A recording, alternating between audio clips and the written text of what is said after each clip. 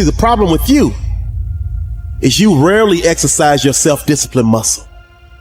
You just go with the flow. No backbone whatsoever.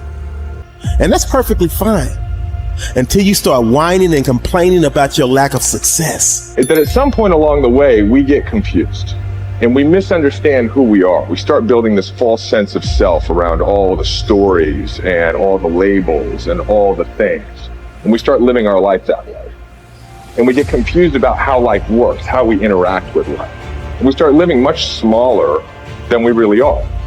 See, if you go through life holding back, and most of us do, most of us, if we ask ourselves, have we done all we can do? Most of us will have to answer, no, we haven't. We've been holding back. We have ideas that we don't act on, things we want to do. We're afraid to take chances. You refuse to raise your standards. You refuse to push yourself. You refuse to give a little bit more, give a little bit extra. All that you have to do in order to start to pursue your dreams is take small actions every day that align your life in that direction. You have to be willing to be hungry enough to understand that if this is something that you are truly going after, then work has to be applied. You can't make excuses. You can't ask for a pass. And you got to understand that you got to pay a toll to cross the bridge. Whatever your answer is, you can do it right now, today, starting today, right? It's still possible. You can start doing that right now. It's empowering the present with the future. There is nothing stopping you from making it happen right now. You never, ever have to feel that way if you start doing it right now. And you can do it right now. The thing about self-discipline is that it is necessary for everything you do in your life. You have to be self-disciplined. And once you understand that you can always make a different choice and get a different reaction, and that's the power in your life. That's the power that you have, is no matter what's going on, you can choose to think differently, believe differently, see differently. All of those things are a choice. If you have a why, you can survive almost any how. Once you begin to discover who you are, then you really realize how you have been given authority and dominion over everything on the face of the earth, including all the dimensions of your life. But you can only do that through the struggle of life. Get better, grow and learn and develop and live. Live in defiance of the weakness and in rebellion against the decay.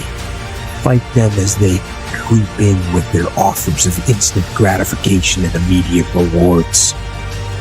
Fight them for every inch they try to take. Do not surrender any ground ever. When you commit to something, you require yourself to bring all of your disparate components moving in a single direction, united in a single direction. So it's a unifying act. And then once having been unified, well, then you can bring that unity to bear on a variety of different tasks. But you have to bring it together first.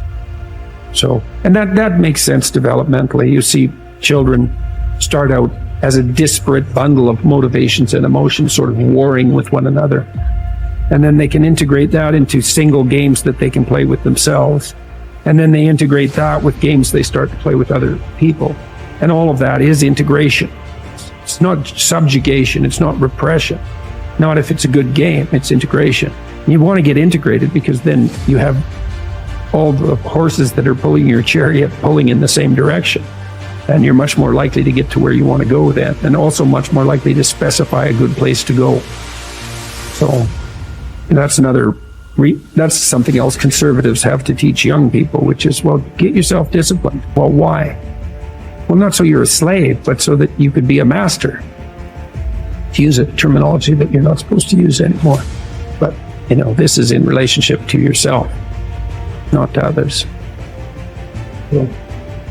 Yeah, and to begin with, you have to accept an external master because you just don't have the wisdom to do that for yourself, or the ability or the opportunity often. Everybody knows this. They feel bad when they decide they're going to get themselves in good shape and go to the gym, and lasts like 3 days. Attempts, yeah. And then no one's happy about the fact that they quit, and they berate themselves for it. And We know that we need to go through a disciplinary process, and we need to subjugate ourselves to a disciplinary process. That's part of the problem with the constant harping about the, oppressive patriarchy. But we need a disciplinary process. So, well, that's just oppression and slavery. It's like, no, it's not. No more than a game is. Not a good game. A good game isn't oppression and slavery. A lot of people, like I was talking about, taking the path of least resistance. I believe in life you must earn the right to be called a man. And a lot of people do not think the way I do, and that's fine. I'm not asking you to be David Goggins. Trust me, it's a hard road to hoe. It's not fun. It's not fun all the time. But the thing about it is, you have to look, I looked at my hardships as challenges. Once I got over the pity party, because I went through that phase. Of course. I'm a normal human being. But I realized that got me exactly where I was at, even worse. As I looked at those challenges the way most people do, woe is me. Why the fuck can't I get a break? Why? I wished I was better. I wish my parents were better. I wish I had a better education. I wish this, I wish that. They have all these wish sandwiches. I started realizing, how can I figure out how it can work for me? So the one thing we don't do is when we're in that dark place is a great learning environment. If you can sit back in a dark place and find quiet to just think, there's so much power in your failures, in your suffering. Because why? You're still alive. You're still here. So you gotta look at that shit. My God, man, this is power, man. Like, now I gotta flip it. How many men would be able to do what I'm about to do, what I'm about to try to do? Like, literally, what gave me strength was when I was at the worst of my worst. How many men would even fucking say they want to try to be a Navy SEAL? I'm at the worst spot of my life. Like, I can't even walk down the street, let alone run down the street. And I'm gonna now call a recruiter up and try to be a SEAL. There's a lot of power in that, but people don't see it there. They see, man, that's stupid. I had this voice in the back of my head that kept on running. I was afraid of water.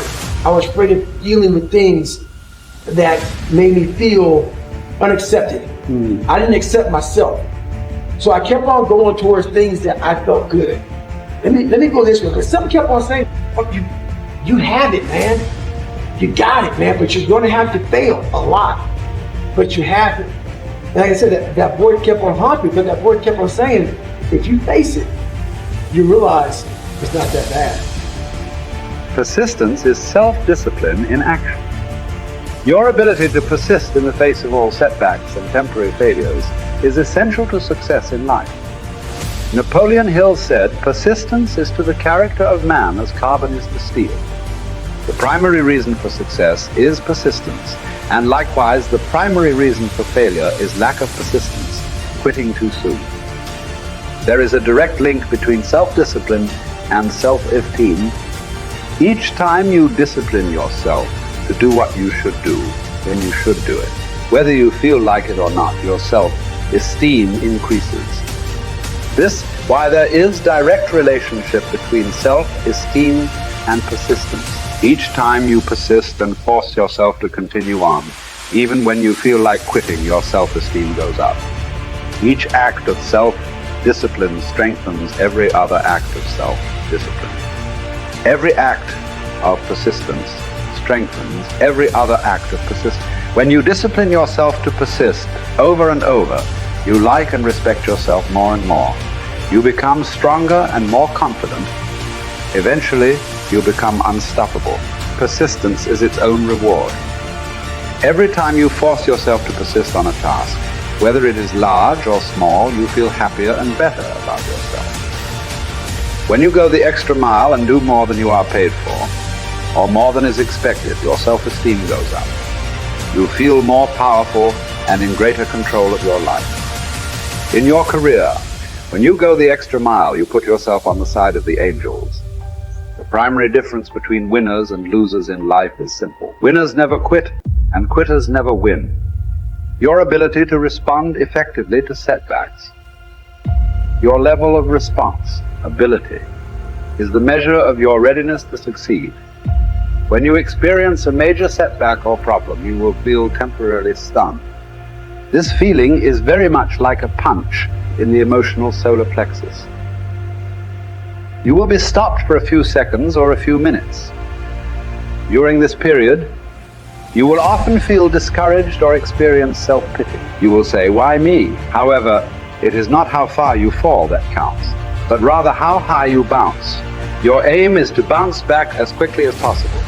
Resilience in the face of unexpected reversals is vital to long-term success. Remember the warrior's creed: I will lay me down to bleed a while and then rise and fight again. Don't be surprised, shocked, or set back when things go wrong. Your best laid plans will often fall apart. Instead, expect disappointments and setbacks as a part of life. Take a deep breath, pick up the pieces, and continue onward.